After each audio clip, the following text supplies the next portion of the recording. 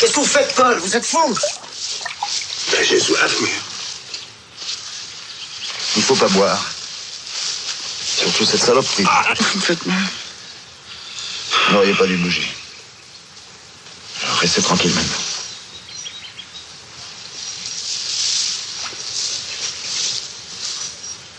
Je crois que je suis en train de crever, Roland.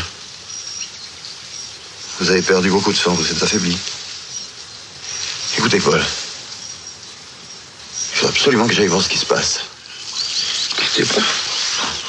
Vous ne pouvez plus rester comme ça. Pas maintenant. Non, ça va. Je reste.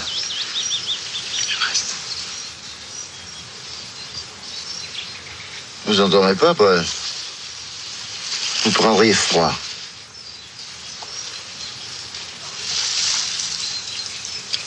En 43,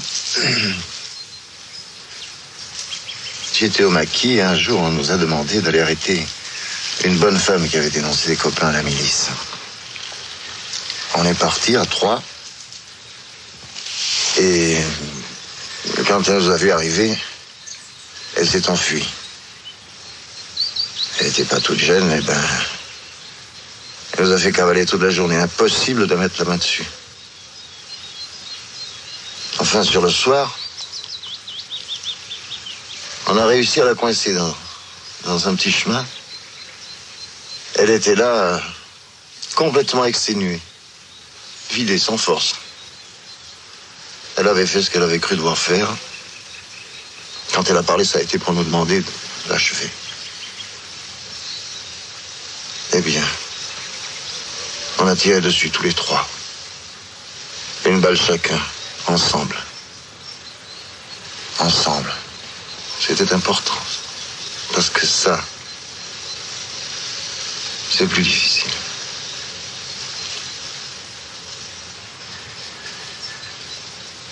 Réveillez-vous, Paul. Paul! Il faut pas dormir.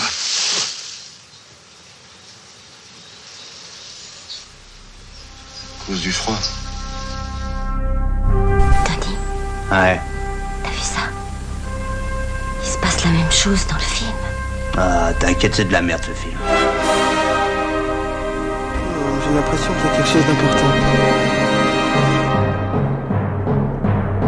C'est quand t'as dit il est 9h, c'est ça? C'est ça qui est important? C'est vrai, remarque, 9h c'est assez important comme horaire parce que c'est l'heure d'aller dormir. Remarque, une fois, je me souviens, il m'était couché vers minuit 10. Comment j'étais fatigué après. Oh, j'y passerai des jours, des nuits, des mois s'il le faut. Oh, nom de Dieu, de bordel de merde. Oh, tu m'en dingue. Je m'en fous. Oh, je suis fou. Oh, Trollston. Oh, ton cul. C'est mon génie.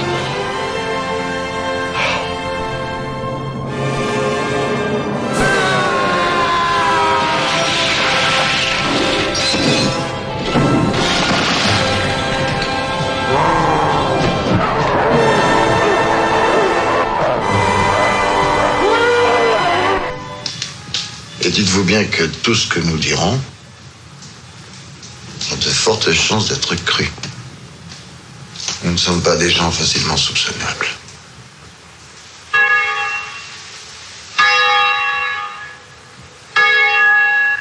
Bonjour et bienvenue, vous écoutez Le Cinéma est mort, l'émission de Nécrophile de Canal B, avec bien sûr le docteur Moreau. Bonjour Antonin. Salut les kids. Dans un studio terre de Canal B, merci à Charlie qui nous accueille dans sa demeure. Merci pour ce bon refuge. Bon anniversaire, merci encore une fois. C'est un anniversaire toutes les semaines, hein, c'est super. Pour une émission où nous parlerons de deux sorties, principalement de deux sorties Blu-ray. Tout d'abord La Traque chez le Chat qui fume de Serge Leroy, film très attendu, on y reviendra en deuxième partie d'émission. Antonin pourra revenir sur toute la carrière de Serge Leroy, notamment tous ces... J'ai tout vu. tous ces films avec des nichons dans les années 80. J'imagine qu'il y a des nichons dans tous ces films. Des nichons et du Thierry Lhermitte avec des yeux bleus profonds. Ce qui n'est pas le cas dans La Traque. Et puis on va démarrer cette émission avec Ted Kotcheff à l'occasion de la sortie, une excuse un petit peu de la sortie en Blu-ray de Retour vers l'enfer. C'est ESC, je crois, qui distribue ça. Hein. Ça vient de chez la Paramount, film des années 80, qui permettra de revenir encore une fois sur son cinéma. On l'avait déjà fait il y a quelques années à l'occasion de la sortie de Waking Fright. Avant d'y revenir, on va d'ailleurs écouter un extrait d'un film de 79, si je dis pas de bêtises. Hein, c'est cet extrait-là qu'on a choisi, celui de North Dallas 40. Et dans puis, notre rubrique avis aux éditeurs, ce film est inédit en vidéo. Et on l'attend avec impatience. Hey, Ellie. You look pretty good out there tonight. Pretty good. Wish we could say the same thing for you, Joe Bob. You should have studied Week's tendencies. Thought I did, Coach. And you don't listen. We would have won if we studied those tendencies. Oh, shit! You never give us anything to bring in the game except your fucking facts and tendencies. To you, it's just a business. But to us, it's still gotta be a sport. You're supposed to be a professional. You go out there and you play football. Shit, we'll work harder than anybody to win. But man, when we're dead tired in the fourth quarter, winning's gotta mean more than just money. You're hired to do a job. Job! I don't want no fucking job. I want to play football, you asshole. I want some feeling. I want some fucking team spirit. This ain't no high school. You don't have to love each other to play. That's just what I mean, you bastard. Every time I call it a game, you call it a business. And every time I call it a business, you call it a game. You and BA and all the rest of you coaches are chicken shit cocksuckers. No feeling for the game at all, man. You'll win, but it'll just be numbers on a scoreboard. Numbers, that's all you care about. Fuck, man, that's not enough for me. I don't have to listen to those. Oh, yes, you fucking do. You gotta listen to me for once. All you coaches are chicken shit cocksuckers. You're all chicken shit cocksuckers. God damn you. Far out. C'est un extrait de North Dallas 40, donc de Ted Kotcheff de 79, donc 2 ans avant Rambo. J'en reparlerai peut-être un poil après, juste pour dire que même si l'excuse c'est quand même la sortie en Blu-ray de Retour vers l'enfer, qui est un film qu'il a fait après Rambo du coup, avec Gene Hackman notamment, mais pas que. La première chose moi qui m'a donné envie quand même de revoir un petit peu des Ted Kotcheff, c'est la découverte d'un film de 89 qui fait la même année que Weekend at Bernie's, qui est pas forcément très connu en France d'ailleurs, mais qui aux États-Unis a une certaine renommée notamment. Enfin, c'est une référence pour pas mal de sitcoms. On peut retrouver des liens à ce film-là dans How I Met Your Mother ou Friends par exemple, l'histoire de 2 bonhommes qui font une fête un week-end chez leur chef qui est mort et puis qui utilisent le cadavre pour faire croire qu'il est pas vraiment mort. Que j'ai pas vu en entier parce que ça me faisait particulièrement chier. C'est pas assez américain.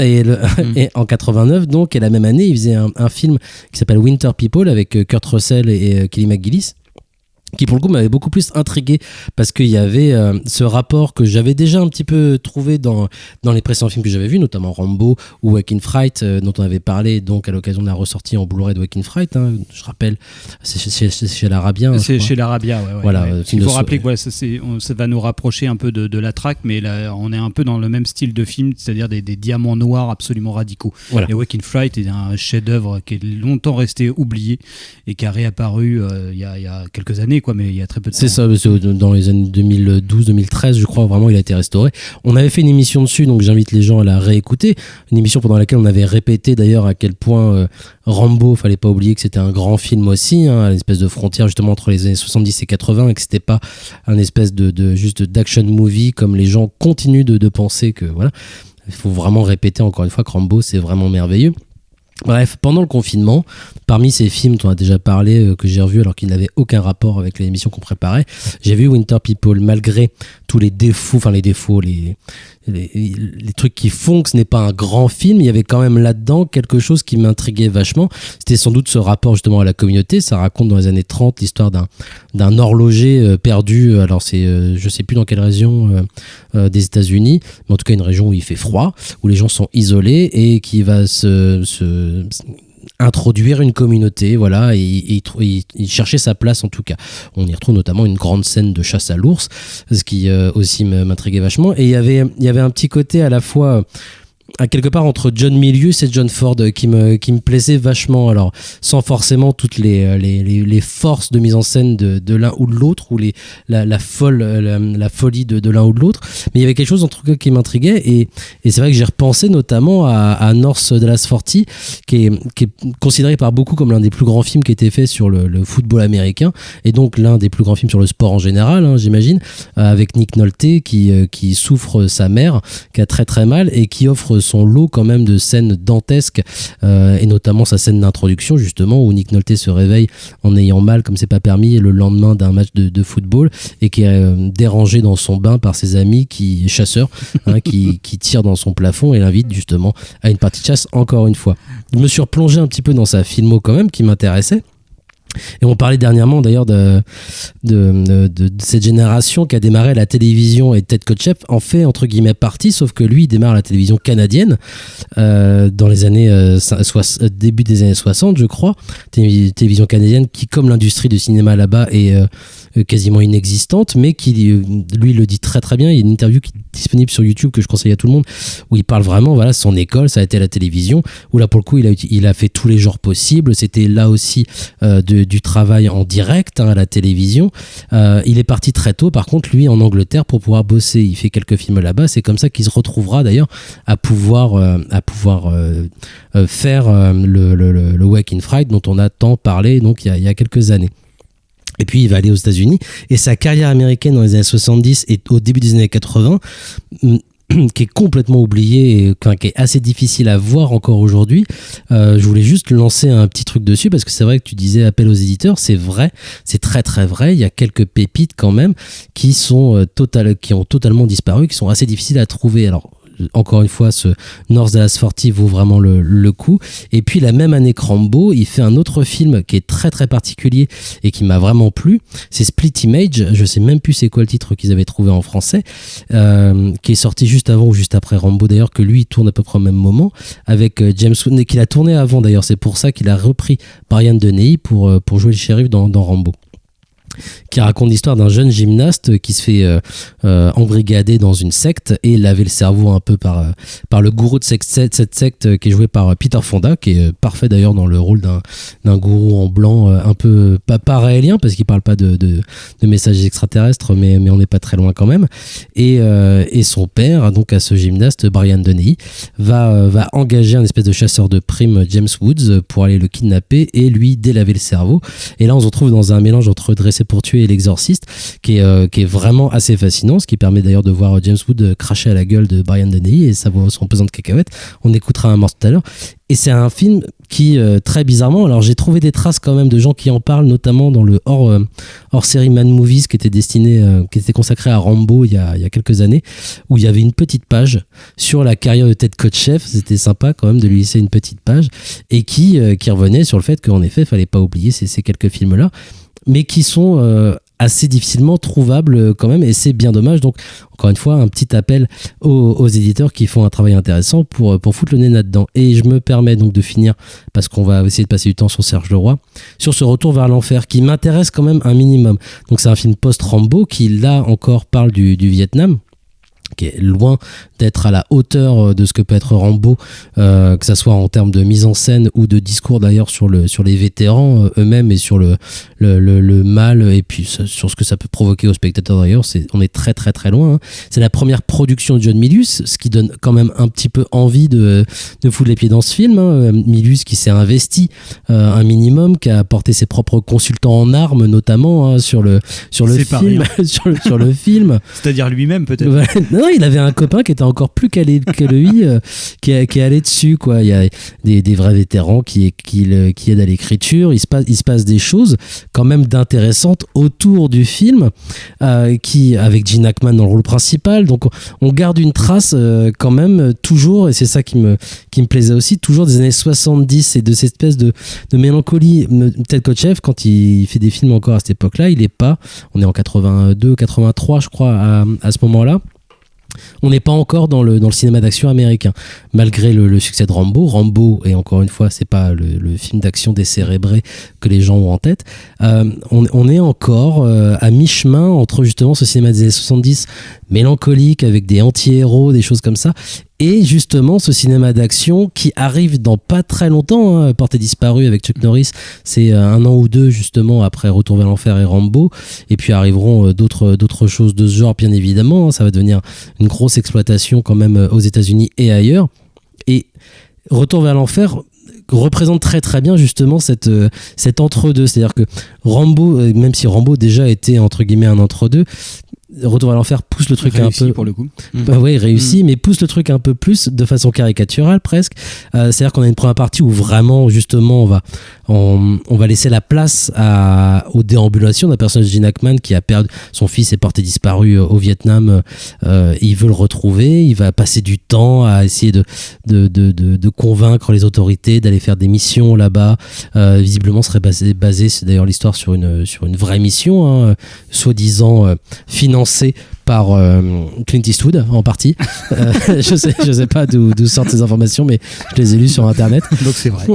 C'est sûrement vrai si et bref, il va essayer de monter cette émission, donc monter un groupe, retrouver des vétérans qui sont tous traumatisés. Donc on a vraiment tout un passage dans la première partie où on montre bien comment tous ces gens sont foutus, sont détruits par la guerre qu'ils ont vécue et qui pourtant sont attirés par ce qu'ils ont vécu là-bas.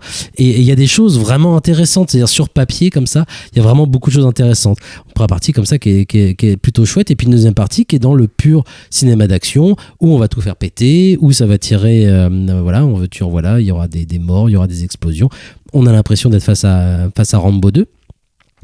Et ça fonctionne plus ou moins en termes de mise en scène. Ted Kotcheff est pas du tout un incapable. Il le sera jamais. Même son film qu'il fait plus tard avec Dolph Lundgren, dans mon souvenir, était sans doute ce que Dolph Lundgren avait fait de mieux, mis à part Universal Soldier 4.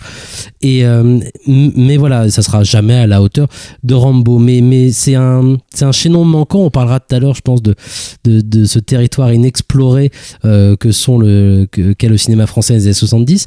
Et il y a un truc encore qui je pense échappe un petit peu à la critique, c'est ce passage entre les années 70 et les années 80 dans le cinéma américain, qui n'a pas été un passage complètement brutal entre on parle de la fin de Nouvelle Hollywood avec la Porte du Paradis, mais ça n'a pas été aussi radical que ça. Il est resté des traces énormes, je pense, de ce que tentait de montrer, notamment en tant que personnage qui est leur mal-être et les anti-héros, tout ça, machin. Dans le cinéma, il reste des traces encore à ce début-là, et je trouve ça assez intéressant quand même de voir comment est annoncé justement le vrai cinéma d'action américain, qui est pas que je méprise absolument pas, que j'aime beaucoup d'ailleurs, et ce passage entre les deux m'intéresse beaucoup. Voilà, donc j'appelle encore une fois les éditeurs à faire leur petit travail sur Ted Kotcheff et sur ces films qui ont disparu, parce qu'il y en a encore quelques-uns du coup que j'ai même pas réussi du coup à trouver et à voir.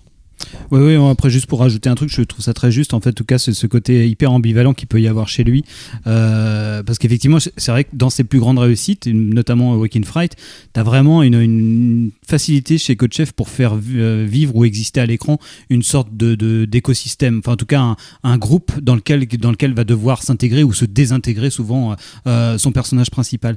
Et c'est vrai que c'est assez amusant parce que du coup Waking Fright c'est vraiment parfait là-dessus, tout en étant attiré par ce groupe, Rambo, c'est vraiment ça, hein, le personnage qui arrive dans une ville. On est assez proche à chaque fois du western, et c'est vraiment le cas de Winter People, moi qui est le seul film de Kotcheff que j'ai revu. Enfin, j'avais vu Retour à l'enfer, et puis je partage tes réserves là-dessus, mais dans Winter People on a vraiment un talent assez ahurissant, moi je trouve, pour faire exister cette petite communauté qui vit dans les campagnes. On est dans deux clans là qui s'affrontent depuis des dizaines d'années, et cette façon qu'il a de faire vivre toute cette communauté là, de tous les personnages, d'arriver à les croquer en 2 ou 3 plans, et que toutes les chaînes de relations entre les personnages existent, que ça soit porté par une énergie limite presque, j'ai envie de dire, presque cartoonesque, comme dans Waking Fright justement. On est à la lisière entre une sorte de naturalisme assez brutal, et puis en même temps une sorte d'exacerbation de sentiments, de comportements qui rend la peinture de ce qui fait de cette société-là toujours vraiment hyper intéressante et hyper excitante pour le regard. Après, c'est vrai que pareil, Winter People, tout comme le Retour à l'enfer, il y a des soucis peut-être de casting d'entre-deux, où on se dit tiens, mais qu'est-ce qu'il a voulu faire là-dessus, est-ce qu'il n'a pas voulu aller trop dans un truc trop genré, peut-être vraiment aller plus dans quelque chose de trop archétypal et perdre de vue ce naturalisme dans lequel il excelle. Il y a quelque chose effectivement qui est vraiment de l'ordre de l'entre-deux et qui en tout cas handicape certains de ses films, notamment c'est particulièrement le cas sur Revoir l'enfer, parce qu'on a ni le film de Barbouze ultime un peu à la Extrême Préjudice de Walter Hill, où on a le gang, et voilà, on est vraiment dans... Non, on n'est pas encore dans le film de genre pur. Et on n'est pas du tout non plus dans Rambo ou Voyage au bout de l'enfer, le film post-Vietnam avec des êtres en déshérence et tout ça. Donc, et ça peine à trouver justement le point de jonction. Il y a un avant et un après Rambo, mais c'est vrai que du coup, avant Rambo, ce truc de la communauté, de la façon dont elle est décrite et la façon dont ce personnage veut à la fois veut l'intégrer et en même temps est rejeté, et ce combat est très très bien représenté, je trouve, dans son cinéma. Je propose quand même qu'on arrête sur Kotcheff assez vite. On va faire une pause musicale. On va écouter un extrait d'ailleurs de Split Image dont je parlais avec Brian Dennehy et James Woods, et puis on se retrouve juste après pour parler de la track de Serge Leroy. Joshua, you want in this horseshit right now?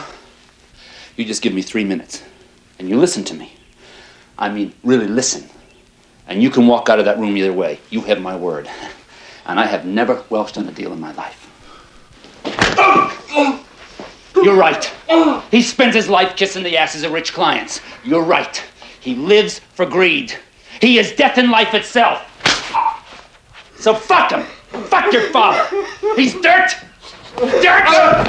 He is a crawling piece of human shit for you to step on. Come on.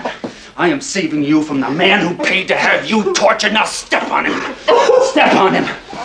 Come on. He's shit. Kill him. Kill your father. I spit on the cocksucker. Kill him. Kill your father. Kill him. Stop it. Stop it. Stop it. Stop it. Stop it. Please. You tell him to stop.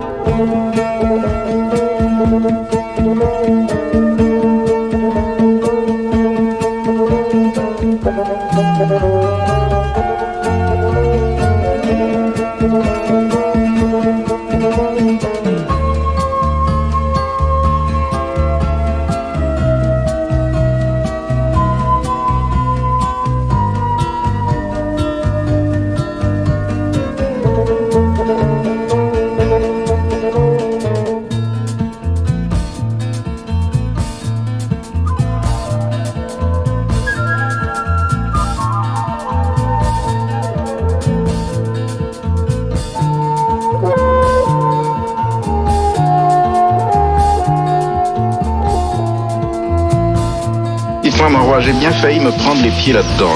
Saloperie de bras coup. Je vous jure, si je l'attrape celui-là, il va passer un mauvais quart d'heure. Pourquoi ça vous gêne, David? Quelques petits collets. Vous ne chassez jamais le lapin.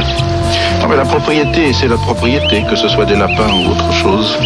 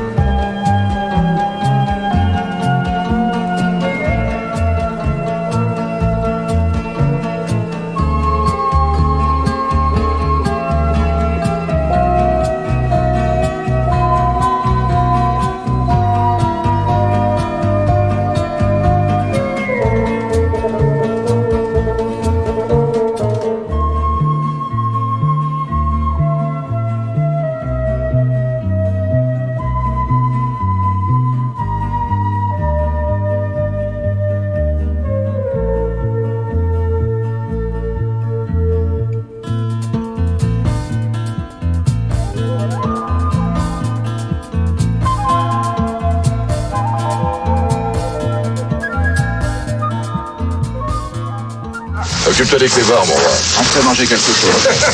Alors, comment ça va, Roland? Merci. Tu l'as fait bon, Fernand. Alors, messieurs, un peu de tenue, oh. Laissez donc, monsieur Sutter. En v'là deux tandis plus qu'ils n'en font. C'est pas comme d'autres. C'est ça le meilleur. Oh. Voyez moi laisser dire ça, monsieur Sutter. Occupe-toi du vin, mon roi, tu veux? Voilà pour toi, mon roi, mon Dieu. Mon roi, Ah bah, manger du petit Jésus le matin, ça donne de l'appétit, hein, notaire? Là, ce n'est pas d'envie, je vous en prie. Merci à qui bien sûr. Ça, c'est fin. Allez, bien un petit coup, hein. Là. Allez, monsieur. Toi, tu fais la gueule, mon roi. Je fais pour la gueule, monsieur d'envie. On pense à Fernande. Je pensais vous trouver ici. J'ai téléphoné chez vous hier soir et Jeanne m'a dit que vous passeriez la nuit chez mon roi. Ah oui, c'était mon intention. Bon, vous savez, j'ai changé d'avis. En cours de route. Alors là, Vous voulez de la soupe, monsieur Mansart? oui, avec beaucoup de choux, madame le lion. Du chou, ça va te faire pisser, mon sang. Alors moi, je serais avec une nana comme celle avec qui on vient de le voir. Ce serait pas du chou. Qu'est-ce que c'est que cette histoire de nana? De quelle nana s'agit-il? Ah, non, non, messieurs, je réclame votre discrétion. Moi, je l'appelais les Ouais, c'est pas une anglaise? Ah. qui irait quand on l'avait.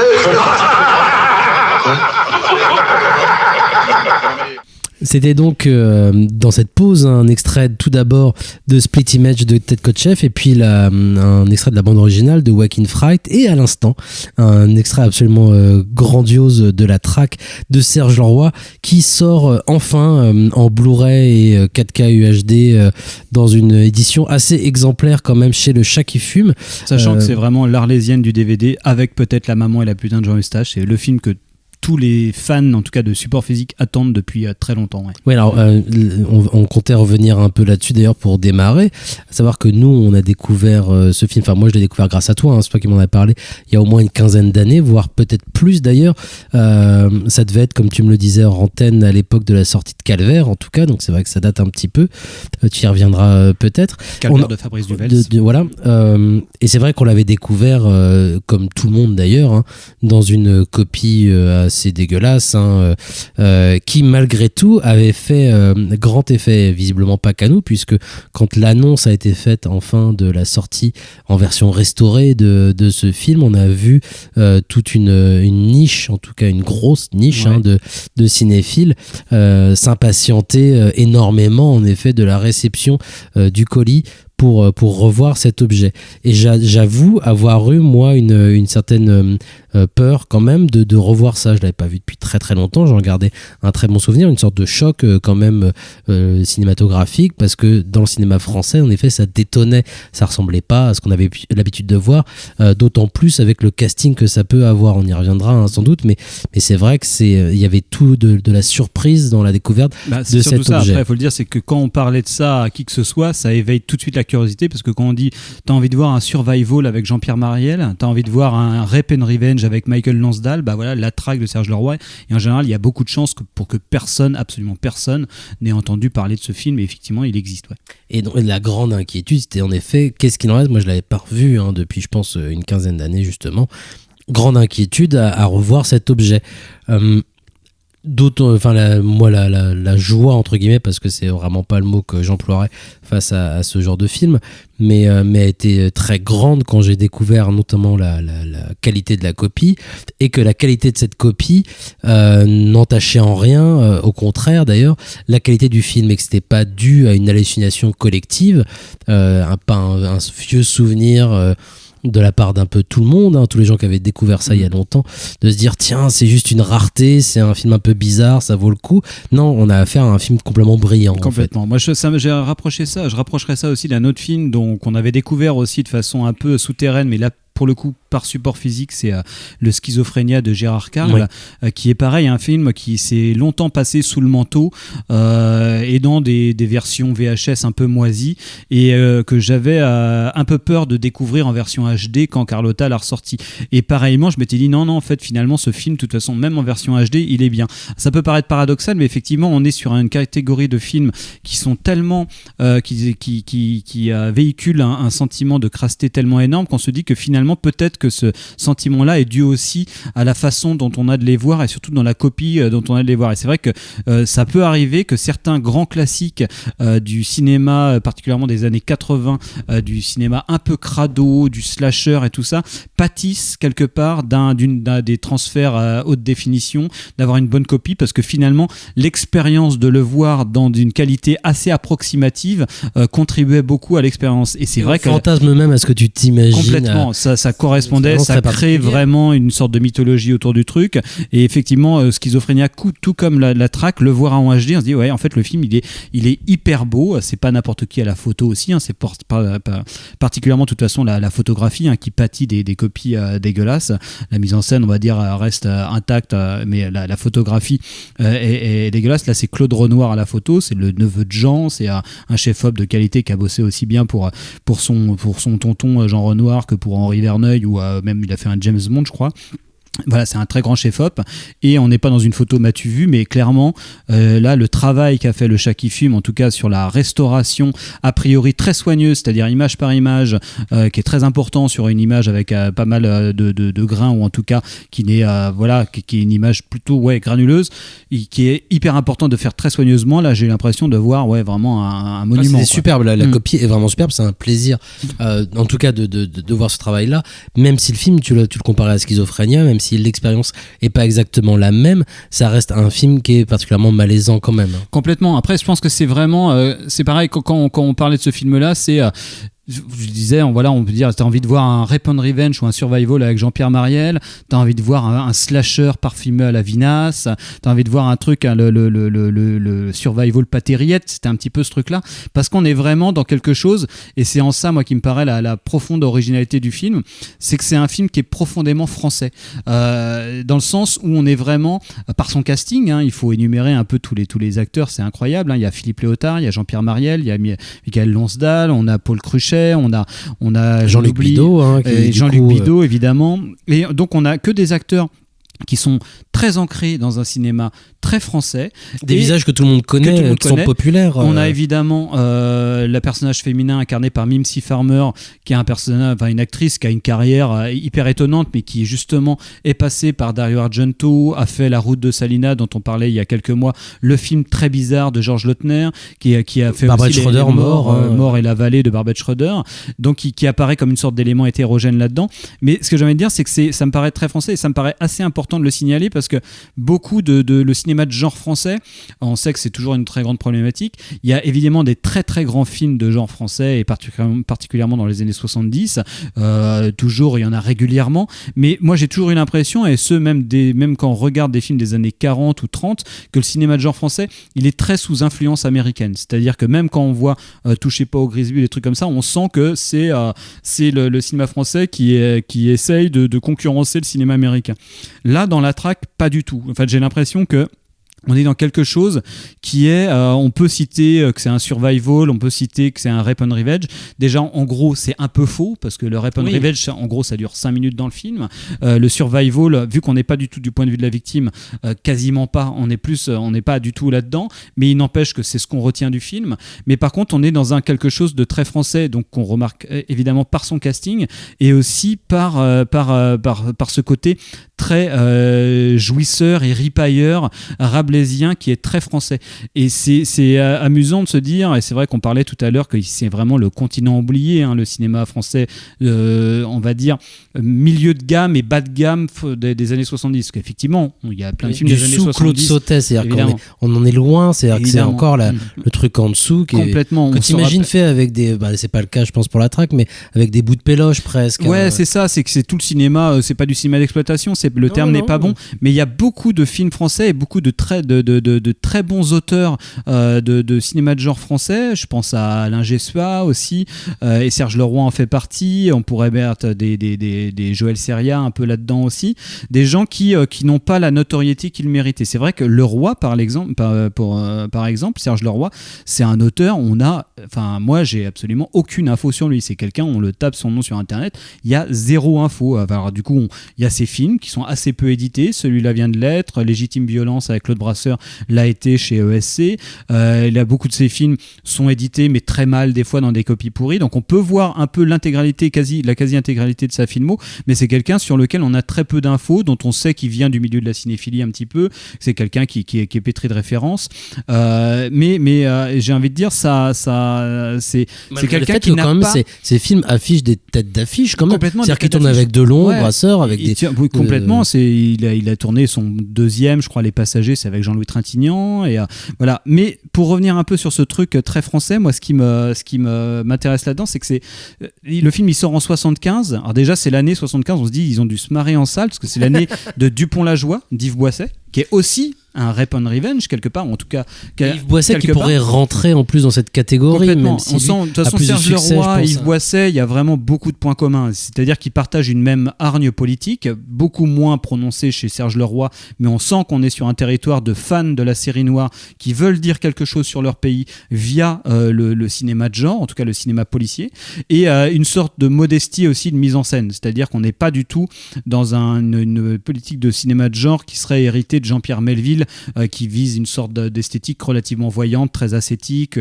ou quelque chose de très flamboyant quelque part, même si c'est pas le bon terme, comme Henri Verneuil. On est quelque chose qui est très proche d'une écriture sèche, justement propre à la série noire. Et c'est vrai que ce truc-là, le fait que ça soit que ça sort en 75, faut voir un peu les années. C'est vrai que je crois que ça doit être 2 ans après Les Valseuses. Il y a La Grande Bouffe qui est sortie aussi 2 ou 3 ans avant. La même année, je crois qu'il y a Les Galettes de Pont-Aven qui sort aussi. Et Calmos. Et Calmos qui sort peut-être 2 ans après ou une année après. Parce que ce qui m'intéresse là-dedans, c'est que et ce que je trouve très français, c'est que c'est un cinéma qui s'intéresse beaucoup à la jouissance, c'est-à-dire et à la jouissance du sexe, à la jouissance de la bouffe, à la jouissance de la boisson.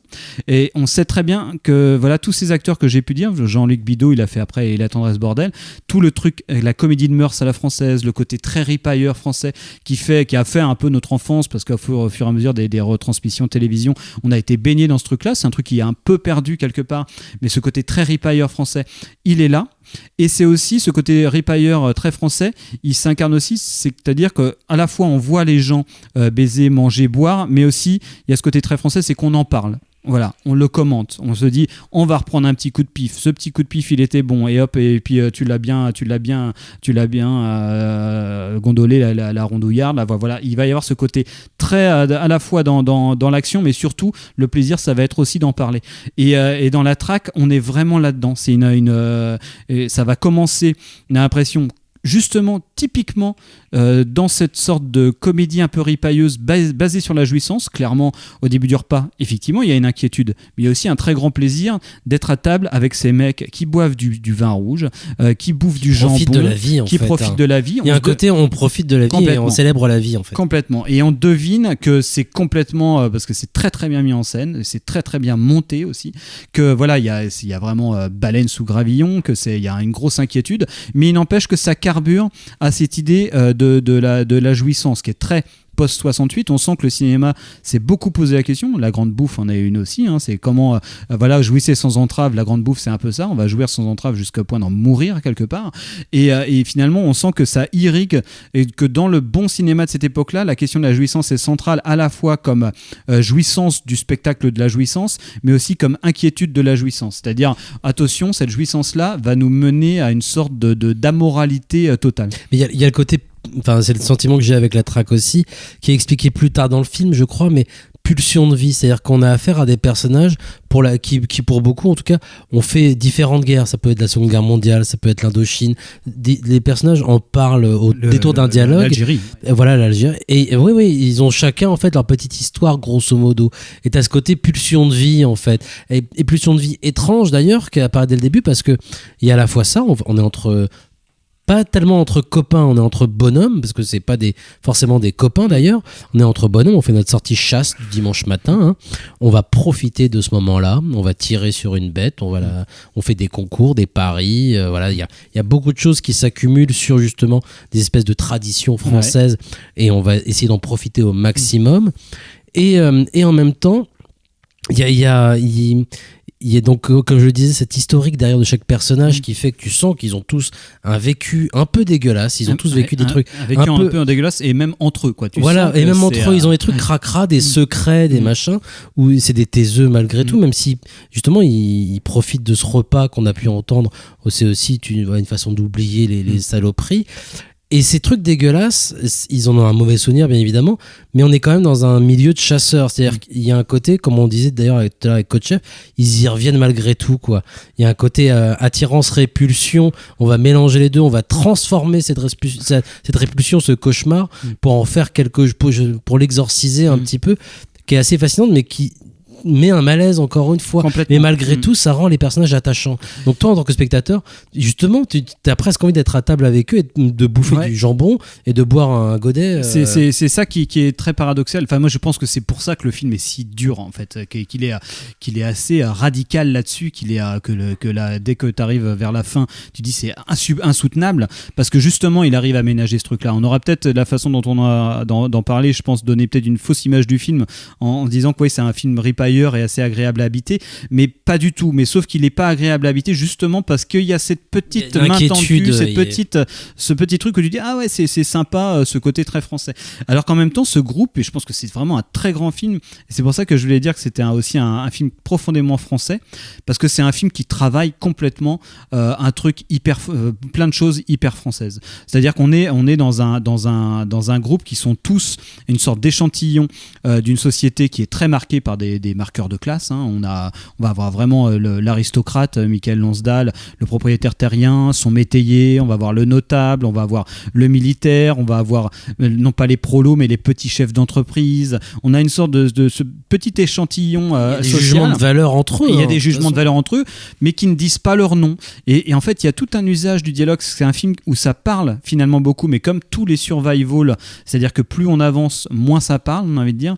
Mais en même temps, où on sent que tout le monde parle beaucoup, mais finalement pour taire toujours l'essentiel. Chaque dialogue vient masquer quelque chose. Et il y a un truc, je trouve une idée brillante qui est tenue dans la track, c'est que finalement dans la track, il y a pas d'hypocrisie. C'est-à-dire que tout le monde en veut à quelqu'un là-dedans, tout le monde sait que quelqu'un a fait une horreur, mais que finalement il n'y a pas de secret. Ce secret-là, il est partagé, et ça propose une vision de la société et de la France dans son ensemble, où finalement tout le monde est au courant que le mal est déjà arrivé, et que finalement le secret que l'on partage, que ce mal est déjà arrivé, cimente notre groupe et par extension la société dans son entier. Et je pense que principalement il y a la guerre d'Algérie qui va être évoquée, il va y avoir des malversations durant la Seconde Guerre mondiale, il va y avoir un autre accident qui s'est passé hors champ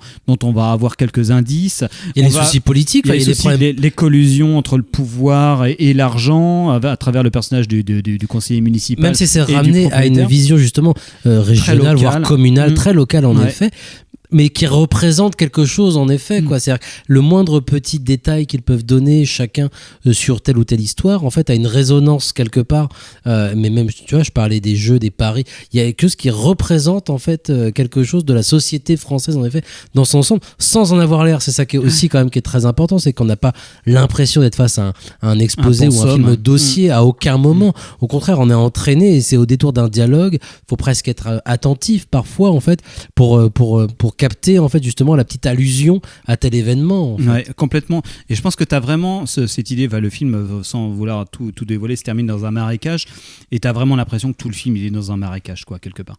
Et c'est vraiment ce truc qui est entre le solide et le liquide, ou ce truc où il y a ce secret qui est dissimulé, et qui n'est le film commence sur ce truc très français qui est un adultère, quelque part, de Jean-Luc Bidault sur la femme d'un des autres personnages, et encore une fois on est dans un adultère qui n'est pas secret, mais que d'un côté. Il est secret en fait pour personne, parce que tout le monde sait que tout se sait, en fait, que tout se sait.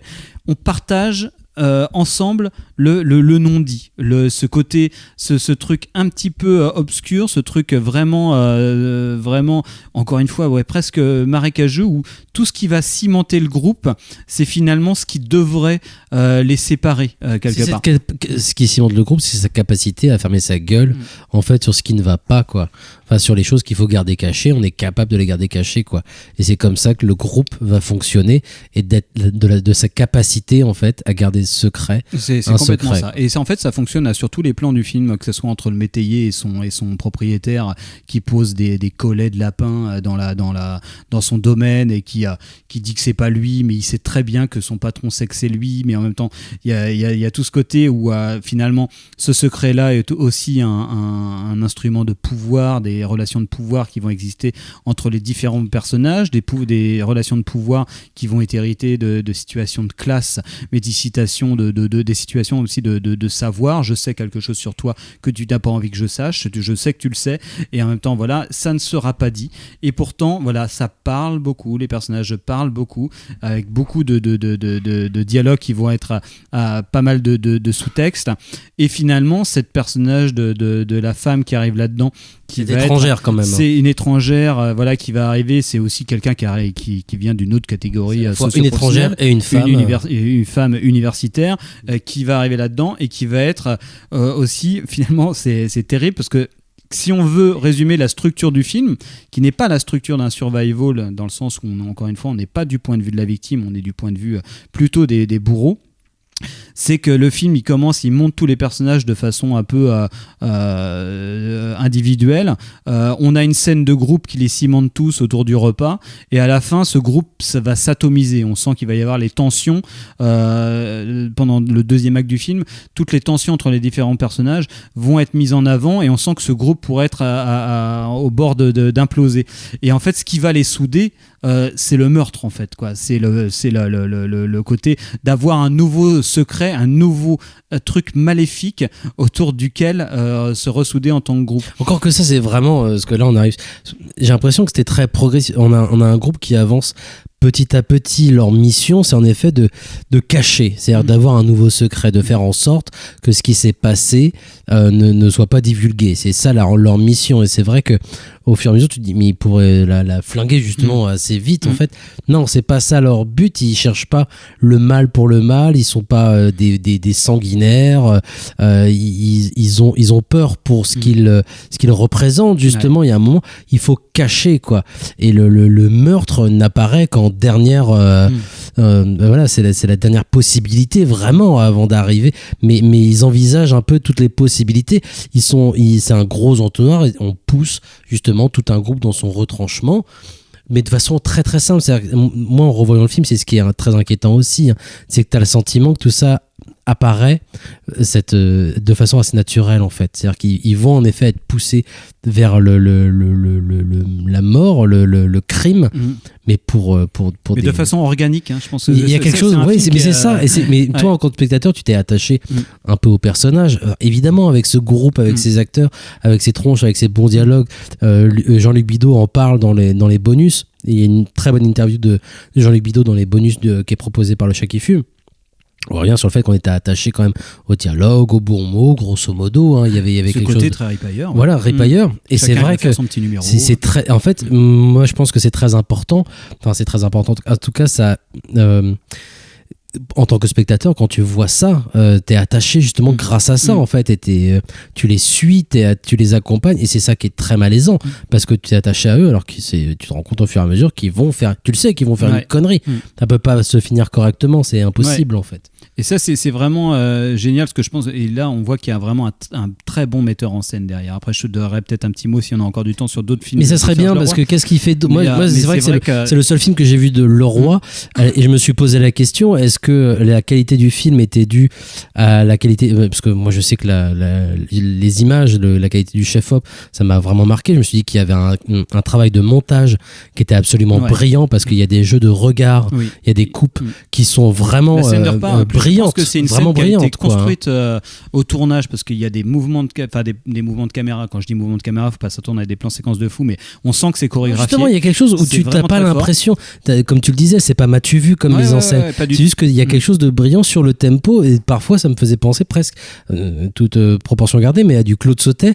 Voilà, on va faire durer tel plan un peu plus longtemps sur un regard est-ce qu'on a des acteurs qui sont fabuleux, qui sont très violents. Enfin, je trouve que c'est un modèle de montage, et je pense que probablement, et ça c'est dommage que le film est très peu documenté et que les protagonistes ont tous plus ou moins disparu, mais je pense que le film est très bien monté et que cette séquence de repas devait être probablement plus longue au tournage, et qu'on voit qu'il y a des faux raccords et compagnie, et on sent que ça a été construit vachement au montage aussi, et c'est vraiment absolument brillant. Et il y a vraiment à la fois un côté hyper brut, hyper réaliste, hyper typique, et à la fois un côté presque expressionniste dans le montage. On sent qu'il y a quelque chose qui se passe de purement cinématographique. Et je pense que ça, c'est en termes de mise en scène, c'est vraiment fort. Et le roi, il est très très fort, parce que dans toute cette idée du groupe qui est hyper importante, où je disais, voilà, on a un groupe soudé qui va se dessouder, qui va se ressouder.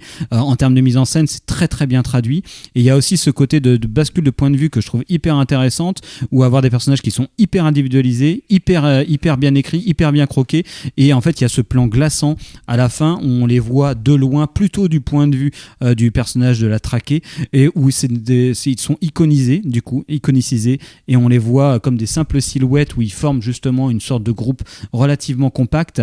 Et là, on se dit, et là, on a l'impression d'avoir voyagé dans le marasme très détaillé d'une psychologie malade d'un groupe, et d'avoir juste une image à la fin d'un quelque chose de très iconique de ce que c'est la meute, en fait, quelque part. Et c'est peut-être un truc qu'on avait oublié. On avait fait il y a quelques temps une émission sur les films de copains, et moi j'avais parlé justement de la distinction entre les films de copains et les films choraux, qui vont prendre plein de personnages. Et là, j'avais évoqué la difficulté que ça peut être de filmer un groupe, non pas d'un point de vue de film choral, mais vraiment de filmer un groupe avec un point de vue de groupe. Et c'est vrai que c'est quelque chose que tu ressens, même s'il y a un personnage qui ressort un petit peu, celui de Jean-Luc Bidault, parce que c'est le premier qu'on aperçoit. C'est celui dont on pourrait croire qu'il pourrait être le héros. C'est ça, et il y a ça.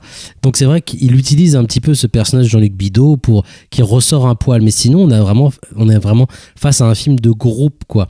Et ça, c'est assez rare aussi pour être signalé. Moi, il y avait un dernier point dont on n'a pas parlé et qui a joué quand même énormément sur ma perception du film. C'est cette petite musique qu'on n'a pas pu entendre malheureusement, parce qu'on n'a pas réussi à la récupérer. Mais à ma grande surprise, en fait, j'avais pas du tout souvenir là, mais le générique du film, générique de début, qui suit des rails, comme on a une petite musique qui apparaît. Et c'est vrai qu'avec ce genre de film, je m'attendais plus, en sachant en plus ce que fait Serge Leroy après, en ayant vu l'introduction par exemple d'un film comme Légitime Violence. Ou des génériques, on a de la musique aussi, mais c'est Plastique Bertrand. Bref.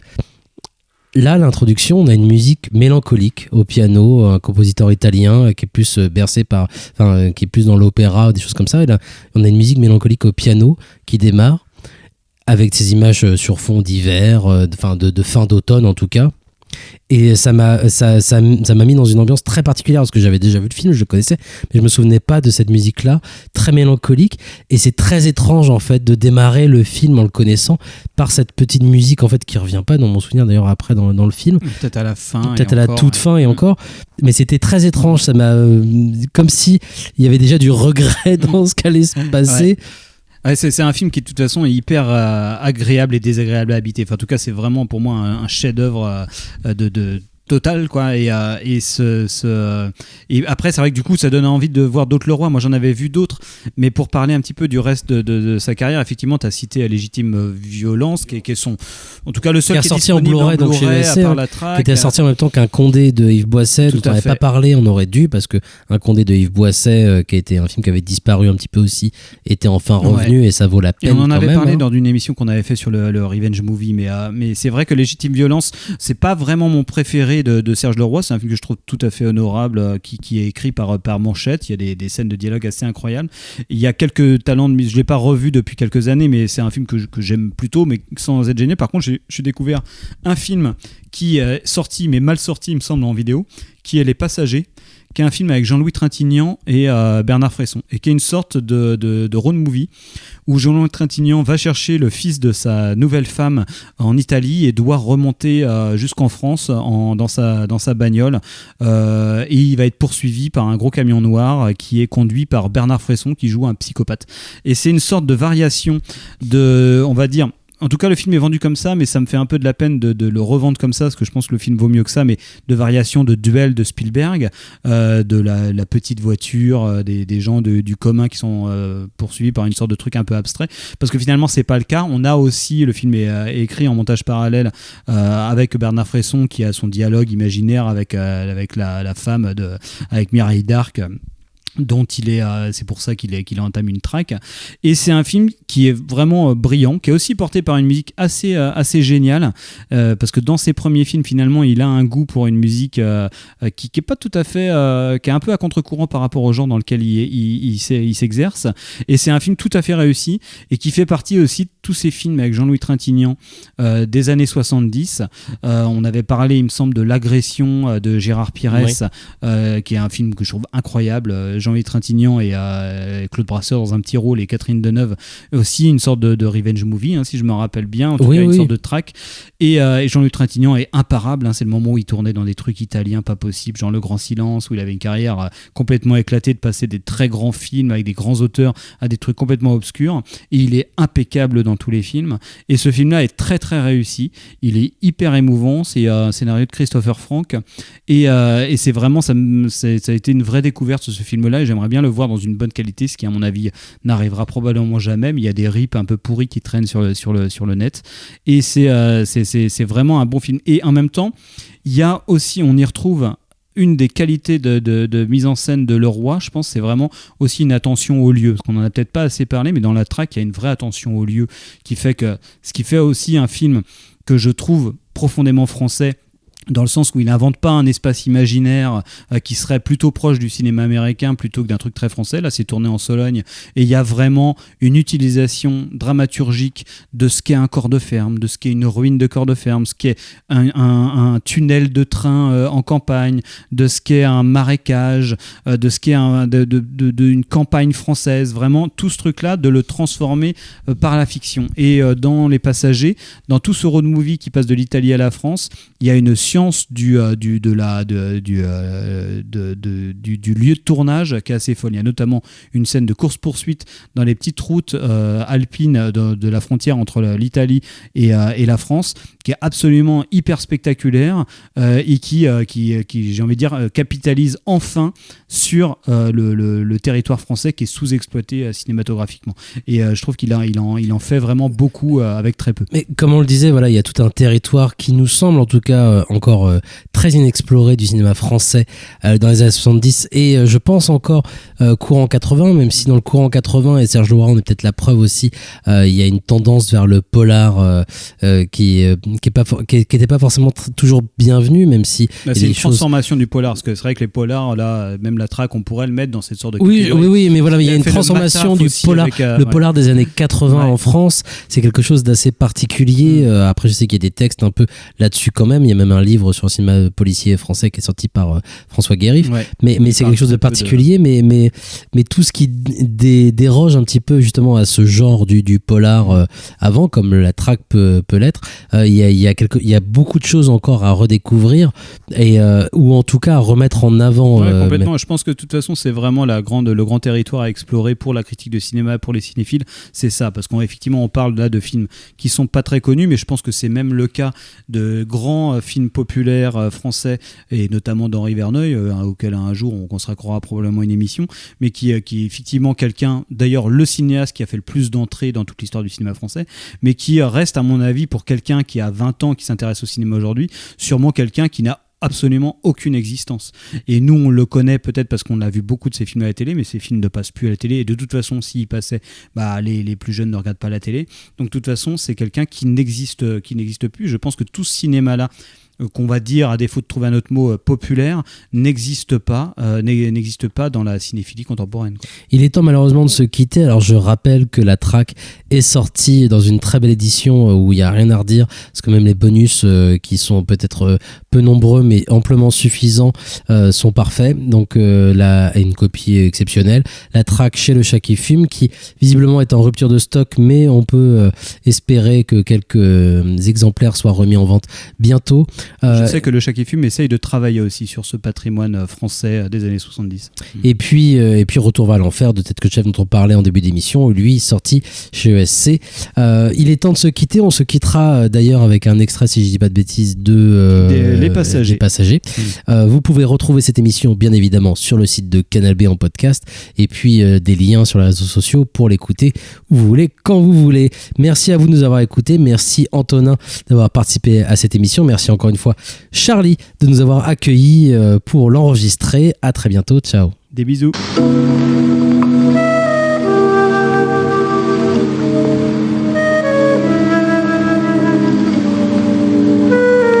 Tu dors pas?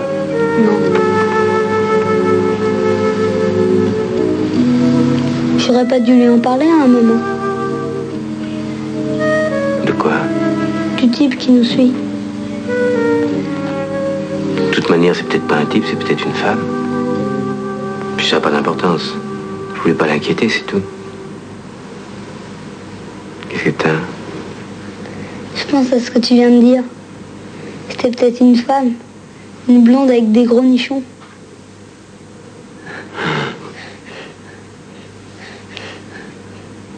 Pourquoi tu dis ça? Tous les soirs, en m'endormant, je passe à la mort. Puis il n'y a qu'une chose qui m'aide à pas y penser. C'est les nichons des bonnes femmes. Quand je pense à ça, ça va mieux. Tu comprends quelque chose, toi? Ça me semble logique. Logique? Oui. Tu sais pourquoi les gens fument quand ils sont grands? Non. C'est pour retrouver le sein de leur maman. Oui. Bonne nuit. Dors bien, bonhomme.